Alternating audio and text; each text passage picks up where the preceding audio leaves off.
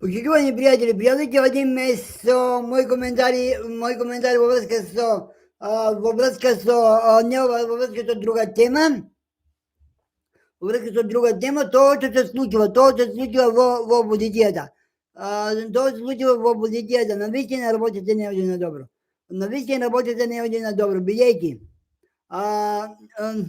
Бидејќи ја гледаме поранешната министерка за струки и социјална политика во агитација со нивните градоначалници, според мене, знаеш што значи?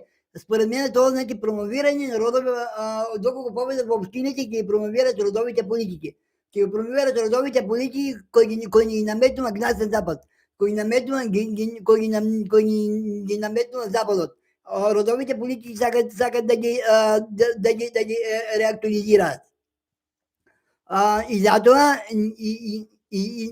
јас лично апелирам. Не можам да ме натерам, но апелирам да не се подржат ниту еден од нивните кандидати.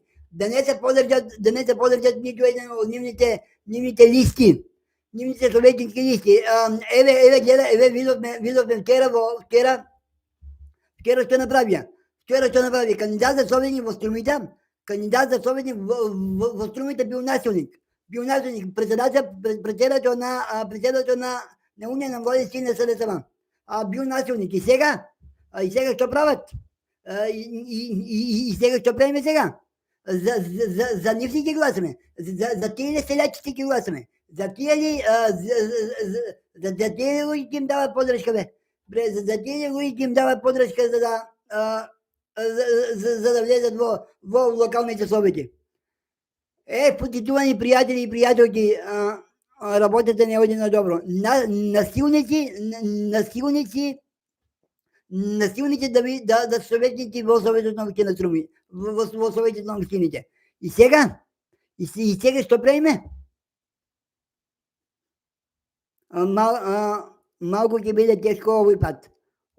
Малку ќе биде тешко, почитувани пријатели и пријателки. Овој пат малку ќе биде тешко. Еве сега ќе го споменам дечкото, дечкото мислам се викаше Христијан. Напаѓа странски државјани. Напаѓа во центарот на Струмица странските државјани. Тоа го виде цела Македонија. Цела Македонија тоа го виде. Цела Македонија, не само Македонија, туку цел свет. Во Прва плюс телевизија имаше реакции. Во Прва плюс телевизија имаше вчера многу реакции. Имавме гости вчера, не можеме за тоа да зборуваме, но имаше многу реакции вчера во Прва плюс телевизија. И сега струмичени на што се? На што се сега струмичени? Повторно да подржате тие насилници, повторно да подржате тие шопи, повторно да подржате Просениково и Велиса. Тоа ли го сакате вие? Тоа ли ви сакате селјачана да ја води Струмица? Дајте бре луѓе, светете се. На Струмица треба градски луѓе. На Струмица треба луѓе со интегритет. На Струмица треба нови луѓе. На Струмица им треба нови луѓе да ја водат Струмица. Тоа сакам да го кажам јас како водител.